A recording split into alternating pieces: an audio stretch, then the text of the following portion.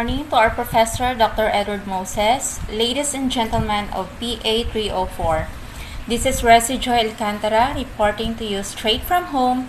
In the next 45 minutes or so, join me in discovering the development administration in Asia. Without much further ado, may I invite your undivided attention as we travel to Asia. What is Asia? The world's largest and most diverse continent. It occupies the eastern 4/5 of the giant Eurasian landmass. Asia is more a geographic term than a homogeneous continent, and the use of the term to describe such a vast area always carries the potential of obscuring the enormous diversity among the regions it encompasses. Asia has both the highest and the lowest points on the surface of Earth, has the longest coastline of any continent, is subject overall to the world's widest climatic extremes, and consequently produces the most varied forms of vegetation and animal life on Earth. In addition, the peoples of Asia have established the broadest variety of human adaptation found on any of the continents. Brief history. In 1820, Asia accounted for 2/3 of the world's population and more than 1/2 of global income. The subsequent decline of Asia was attributed to its integration with the world economy, shaped by colonialism and driven by imperialism. By the late 1960s, Asia was the poorest continent in the world. When it came to income levels, marginal except for its large population. Its social indicators of development, among the worst anywhere, epitomize its underdevelopment. In the half-century since then, Asia has witnessed a profound transformation in terms of the economic progress of its nation and the living condition of its people. This transformation was unequal across countries and between people. Even so, predicting it would have required an imagination run wild. Asia's economic transformation in this short time span is almost unprecedented in history. There have been marked differences between countries in geographical size, embedded histories, colonial legacies, nationalist movements, initial conditions, natural resource endowments, population size, income levels, and political system. The reliance on markets and the degree of openness of economies has varied greatly across countries and over time. Across Asia, the politics has also ranged widely from authoritarian regimes or oligarchies to political democracies. So did ideologies from communism to state capitalism and capitalism. Development outcomes differed across space and over time too. There were different paths to development because there were no universal solutions, magic wands, or silver bullets. Asia is divided into 5 regions, and before we take a look into development, let me show you these 5 regions first. So first one, let's show you the East Asia, housing of 3 of the world's largest economies and most influential nations, which is China, Japan, and South Korea, as well as Hong Kong, Macau, Mongolia, North Korea, and Taiwan. East Asia is a vital center of gravity in the Asia-Pacific. East Asia's economic development has transformed the economic and strategic dynamic beyond Asia as well, boosting growth and trade across the globe. At the same time, festering historical disagreements, long-standing instability on the Korean Peninsula, enduring maritime disputes, and China's growing military power raised a number of security concerns for the region and the world. So the next one is Southeast Asia. That includes Brunei, Burma, which is Myanmar, Cambodia, Timor-Leste, Indonesia, Laos, Malaysia, of course the Philippines, and Singapore, Thailand, and Vietnam. So anchored by the Association of Southeast Asian Nations, which is ASEAN, Southeast Asia is one of the most dynamic and diverse regions in Asia.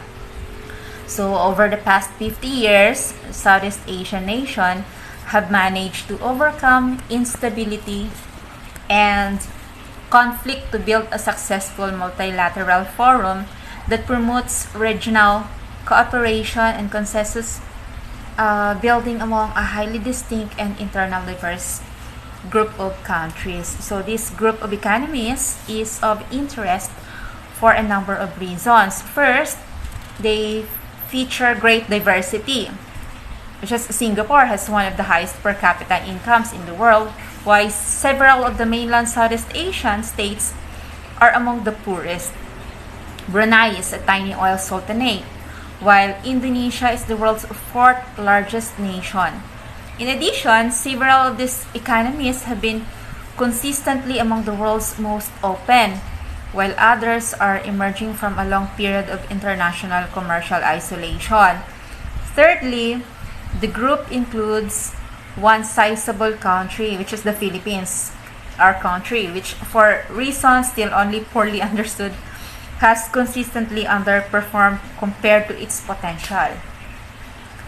So, four of the economies, Indonesia, Malaysia, Singapore, Thailand, they grew extremely quickly in the 3 decades due to the recent Asian economic crisis.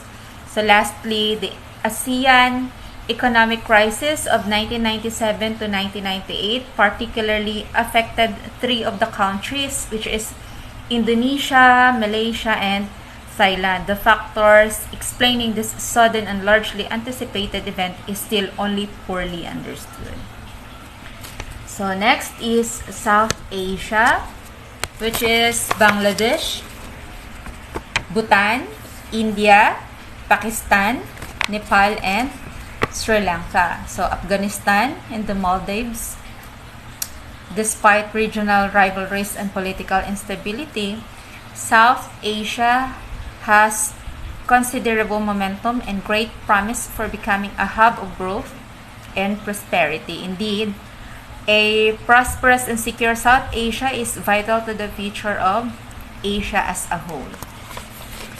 So let's take a look at Central Asia. This is Central Asia. Kazakhstan, Kyrgyz Republic, Tajikistan, Turkmenistan, and Uzbekistan. A lot of Istan. Kidding aside. The present-day challenges confronting Central Asia are highly likely to persist over the coming years. So, some internal, others having to do with regional trends and tensions. So, this region can increase security, manage conflicts, strengthens the rule of law, and deepen ties with the rest of Asia. The last region is West Asia. 12 member countries, which is Bahrain, Iraq, Jordan, Kuwait, Lebanon, Oman, State of Palestine, Qatar, Saudi Arabia, Syrian Arab Republic, United Arab Emirates, and Yemen. So the West Asian region has a vibrant history and influential political and economic ties across the Asia Pacific, including with the United States. With West Asia remains a vital source of energy and remittances for many countries across Asia, and its importance has grown as the challenges it faces increasingly involve other parts of the world. So since 1960, Asia, the largest and most populous of the continents, has become richer faster than any other region of the world. Of course, this growth has not occurred at the same pace of all over the continent. So the western part of Asia grew during this period at about the same rate as rest of the world, but as a whole, the eastern half, which is the 10 countries, China, Hong Kong, Indonesia, Japan, Korea, Malaysia, the Philippines, Singapore, Taiwan, province of China, and Thailand, turned in a superior performance, although variations in achievement can be observed here too. The worst performer was the Philippines, which grew at about 2% a year in per capita terms, but about equal to the average of non-Asian countries. So, this is painful. China, Indonesia, Japan, Malaysia, and Thailand did better, achieving growth rates of 3 to 5%. This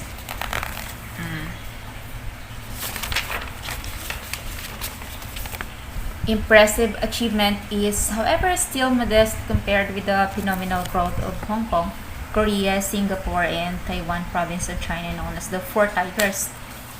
Because of their powerful and intimidating economic performance, the Tigers have had annual growth rates of output per person well in excess of 6%. These growth rates sustained over a 30-year period are simply amazing.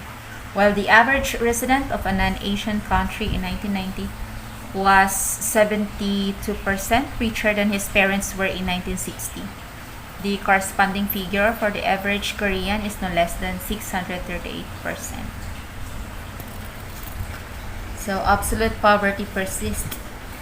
Despite such diversity, there are common discernible patterns. Economic growth drove development. Growth rates of GDP and GDP per capita in Asia have been stunning and far higher than elsewhere in the world. Rising investment and saving rates combined with the spread of education were underlying factors. Growth was driven by rapid industrialization, often led by exports and linked with changes in the composition of output and employment. It was supported by coordinated economic policies and orthodox wherever and whenever necessary across sectors and over time. Rising per capita incomes transformed social indicators of development as literacy rates and life expectancy rose everywhere. There was also a massive reduction in absolute poverty, but the scale of absolute poverty that persists despite unprecedented growth is just as striking as the sharp reduction of poverty that happened between 1984 and 2012, according to data from the World Bank.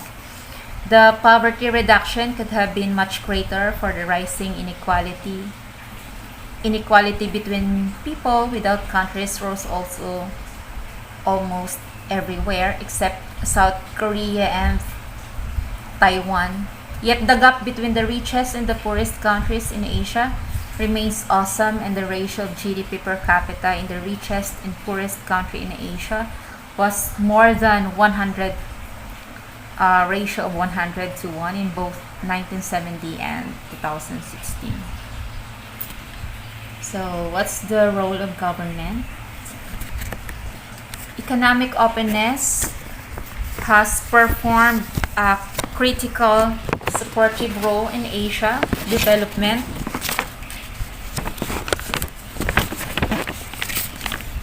Wherever it was in the form of strategic integration with the world economy rather than passive insertion into it. For example, trade policy was liberal for exports but restrictive for imports. Government policies towards foreign investment have been shaped by industrial policy in the pursuit of national development objectives. While openness was necessary for successful industrialization, it was not sufficient and facilitated industrialization only when combined with industrial policy. So in the half-century economic transformation of Asia, governments performed a vital role, ranging from leader to catalyst or supporter. Success at development in Asia was about managing this evolving relationship between states and markets by finding the right balance in the respective roles that also change over time. The developmental states in South Korea, Taiwan, and Singapore coordinated policies across sectors over time in pursuit of national development objectives, using carrot and stick policy to implement their agenda, and were able to become industrialized nations in just 50 years. So imagine, in just 50 years, they are the leading countries among Asia. China emulated this path. Development states which must success. Vietnam followed on the same path 2 decades later, as both countries have strong one-party communist governments that could coordinate and implement policies. So that's their advantage, their party communist governments. And it is not possible to replicate these states elsewhere in Asia, but other countries such as India, Indonesia, Malaysia, Thailand, Bangladesh, and Turkey did manage to evolve some institution arrangement, even if less effective, that were conducive to industrialization and development. In some of these countries, the checks and balances of political democracies were crucial to making governments more oriented towards development and people-friendly. So the rise of Asia represents the beginnings of the shift in the balance of economic power in the world and some erosion in the political dominance of the West. The future will be shaped partly by how Asia exploits the opportunities and meets the challenges, and partly by how the difficult economic political conjuncture in the world unfolds. Yet, it's plausible to suggest that by around 2050, a century after the end of colonial rule, Asia will account for more than one half of world income and will be home to more than half of the people on Earth. It will have economic and political significance in the world that would have been difficult to imagine 50 years ago, even if it was the reality in 1820. So, sound economic policies and strong institutions have transformed Asia and the Pacific over the past 5 decades into a center of global dynamism. According to a new book from the Asian Development Bank, ADB, in 1966, when ADB was established, developing economies in the Asia and Pacific region were very poor. There was pessimism about prospects for industrialization and broad development, but the region's performance over the past 50 years has surpassed expectation by any measure, be it economic growth, structural transformation, poverty reduction, or improvement in health and education. That's according to President Mr. Takehiko Nakao of ADB.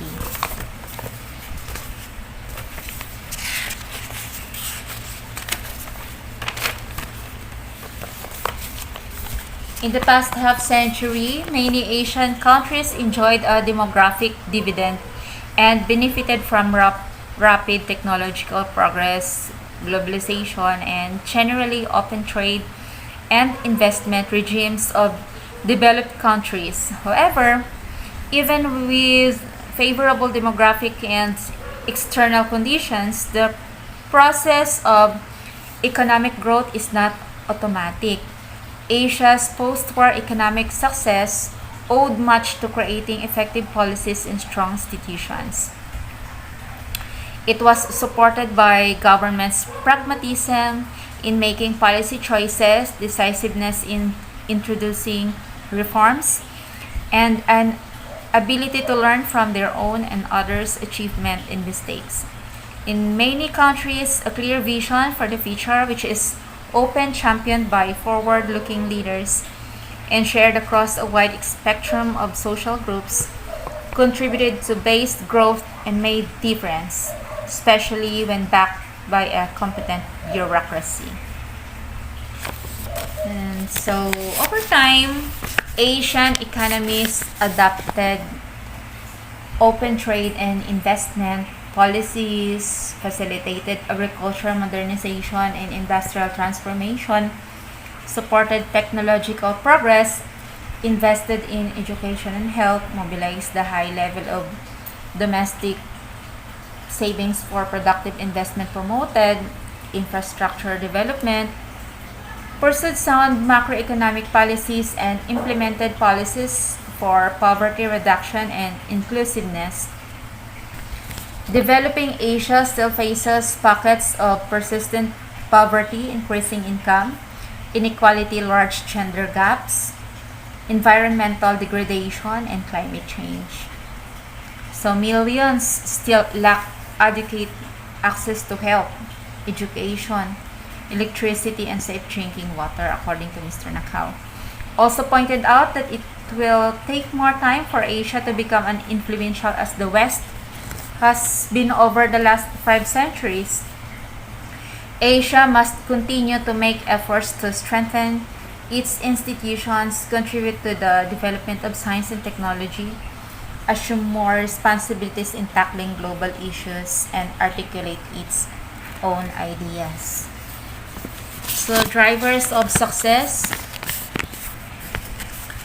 Half century of Asian development was driven by economic growth characterized by high investment savings rates and rapid industrialization, often export-led and associated with structural changes in the composition of output and employment.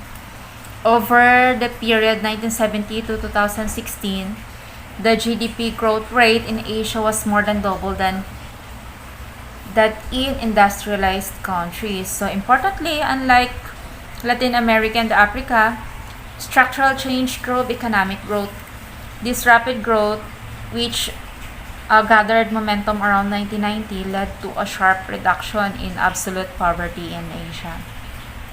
The public provision of education and healthcare, combined with employment creation, sustained growth in Asia economies and improved the well-being of its people. So this process characterized the success stories in Asia. And there were, however, marked differences between Asia countries in geographical size, colonial legacies, national movements, initial conditions, natural resources, income levels, and political system. All of this contributed to differences in policy choices that resulted in diversity of development outcomes, embedded history together with the national international context. So, shape the development trajectories of Asian countries during the early post-colonial era and influence later outcomes in subsequent decades. So let me show you another role of government. The role of governments in the pursuit of industrialization and development. The role of governments in involving policies, nurturing institution, and making strategic intervention was central to the process everywhere in Asia. But this role differed significantly across countries. The development states in South Korea, Taiwan, and Singapore use their embedded autonomy reflected in their capacity to pursue development objectives, to create a collective belief in national development, and to use carrot and stick, however, wherever necessary.